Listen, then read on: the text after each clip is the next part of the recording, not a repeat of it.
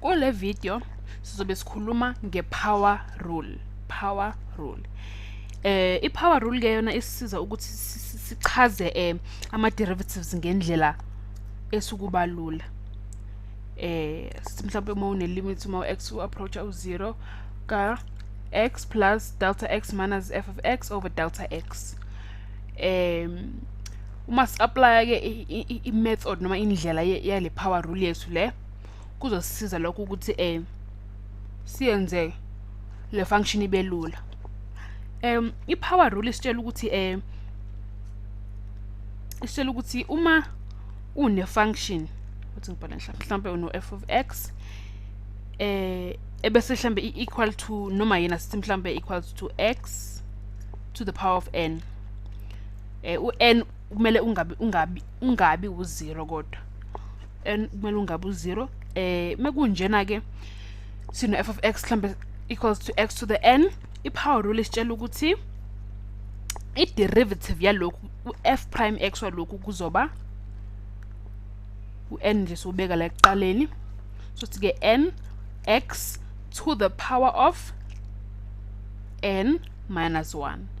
I-power rule isitshela lokho nje kuphela ke. Yabona ukuthi ayikho nje into enzima nge-power rule. Mhlawumbe igama ungazwa ngathi liyasabisa noma liyakudida kodwa ayinzima i-power rule. Asiqale ke. F of x equals x squared. F prime x sobubani u2x. Ububhala lapho nawe sibona sophuma nomphumela ofanayo nigcineni 2x to the 2 minus 1. Lokho kuyafana nokuthi 2x to the 2 to the 1 kuyafana no 2x lokho. Asenze enye gx equals x cubed noma x to the power of 3. So it's get g prime x equals, so yazi yabona uma ubuka la u3 la u-n ngakho sizothi ke 3x to the 3 minus 1. Lokho kuyafana nokuthi 3x squared. Yabona ukuthi power rule isisiza ukuthi senze njani ke.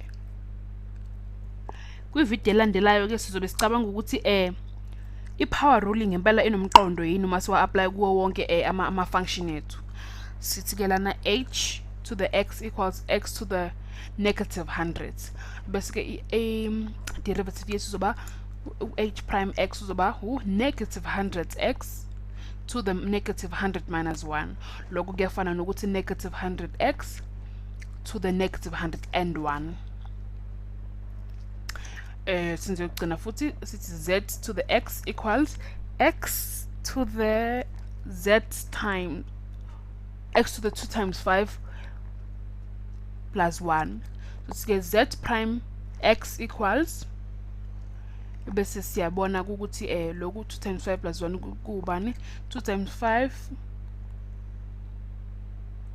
5 yabona sithi nje siyayishintsha bese sithi minus 1 bese siphuma no 2.571x to the 1.571. Kwamavideo alandelayo ke sizobona ukuthi i-power rule yethu lena singakwazi ngempela kuyifaka kuwo wonke ama function esisebenza nawo siphume nomphumela oyiqiniso yini.